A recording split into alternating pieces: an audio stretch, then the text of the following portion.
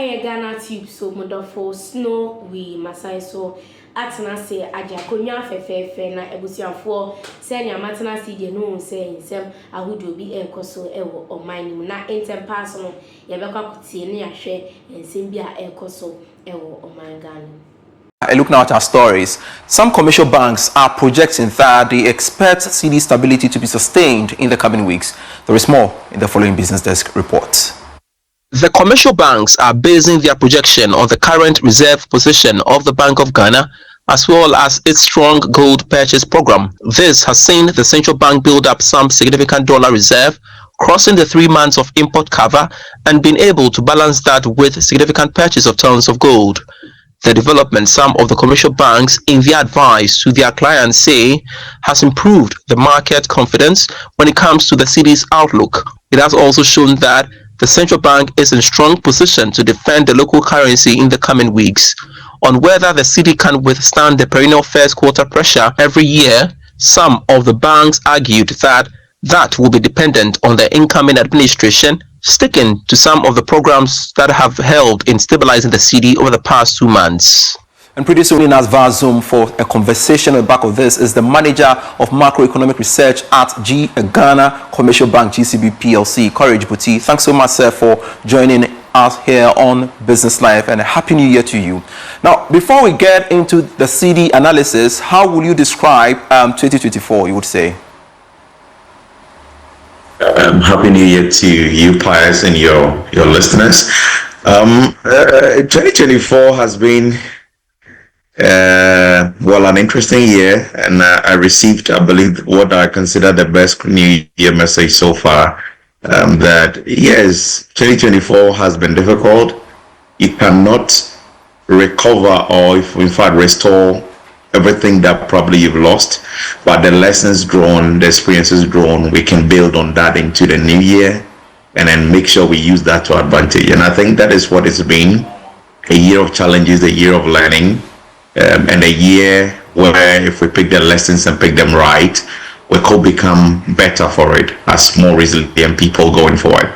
So yeah, nothing to complain about, everything to be thankful for in a year. Nothing to complain about. But let's now talk about the Cedi. Do you also share the optimism expressed by these commercial banks that the stability we are witnessing now should continue at least for the month of January? Do you believe so? Well, yes. I mean, so now in hindsight, you may interpret the Bank of Ghana's actions around November, December as a timely intervention to ease liquidity conditions in the market, and knowing that November typically tends to be the seasonality period where you tend to see a lot of pressure from the importers and traders trying to bring enough goods for Christmas.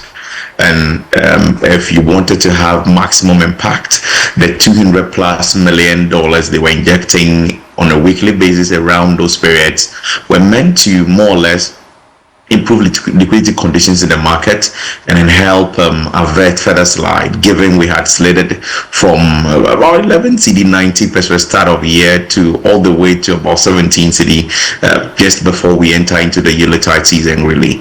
And we've seen the impact so far that has led to some marginal correction on the market. We're closing sub 15 for some of the markets, and depending on where you're looking at, just around 15.5, 15.7 for whichever market you may be looking at, really.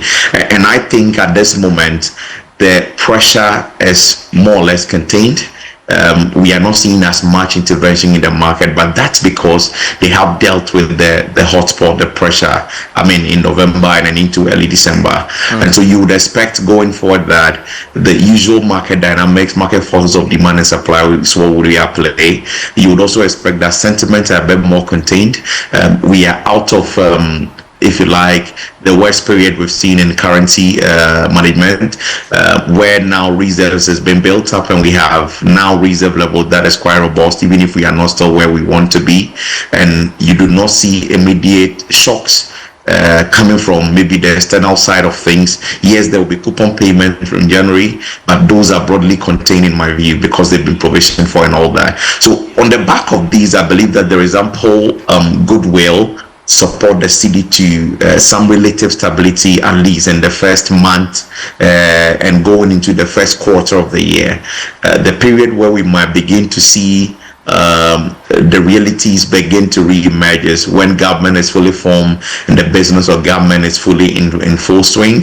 And then, of course, banks and other multinationals have declared dividends and are at the point of repatriating their dividends and all that. That is the point where we might see whether the resilience is strong enough or otherwise. But in the meantime, I believe the goodwill, the sentiment on the market, and then the liquidity injection around the seasonal period, which help moderated the liquidity tightness on the market, should carry us on between now and through to maybe the coming weeks and months ahead of us. I guess then the argument that the real test of the city will be when we're getting a bit closer to March or February this year, right?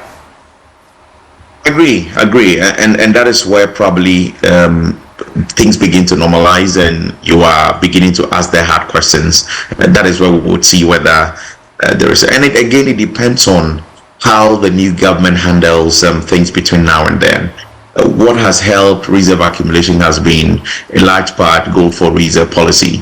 Yes, the current government, then opposition, have had questions about it, albeit about the transparency of the process. I mean, if they want to continue with the program with better transparency, it helps the market. But if you do jettison a gold for reserve program, then the question becomes, how do you accumulate reserves at such a fast pace? I mean, all of those decisions will shape sentiment as to where the market will see things going forward. And so, yes, the quarter one by March is a test case as to whether we may continue on the path of stability. And of course, by that period also, you would have seen the budget of the new government, whether we are keeping on track fiscal consolidation or we are just sitting it, whether the renegotiated IMF program, if we would achieve even something by that time, will be something that resonates with the market or not. All of those picture becomes much clearer, and that will inform sentiment around the city. Then talking about what the new administration can do, what more can they do to ensure that we improve the fortunes of the city? Well, in my candid view, you don't have to do much now. Yes, I know they won an overwhelming mandate, and there is that. And given the nature of the campaigns and how it panned out, there may be that temptation to again to roll out certain policies almost immediately, and you see the 100-day social contract and some of the things they may be heavy on the budget and all that. There may be the temptation to roll these things out immediately. There may be temptations to roll out the tax cuts and of course all the other social interventions that were promised and all that. But if we go that path, I think it would send wrong signal to the market. If we go that path, it would have dire fiscal consequences. I don't believe that there is any magic one immediately that can improve tax revenue accumulation or improve compliance to the revenue rules, laws we have. I think it will be a gradual process, and so we do not have to distort the ship so much. Yo, madam, assistant, just a panel muti and nothing so much I share. For comments, a comment section, na making kind farm of aha. Ghanatube so modofo snowy and a day in seven Abraham on subscribe now face of found sa a mere notification bell send a bear send me the insending to my not win an 8 and pass of Cedi macram.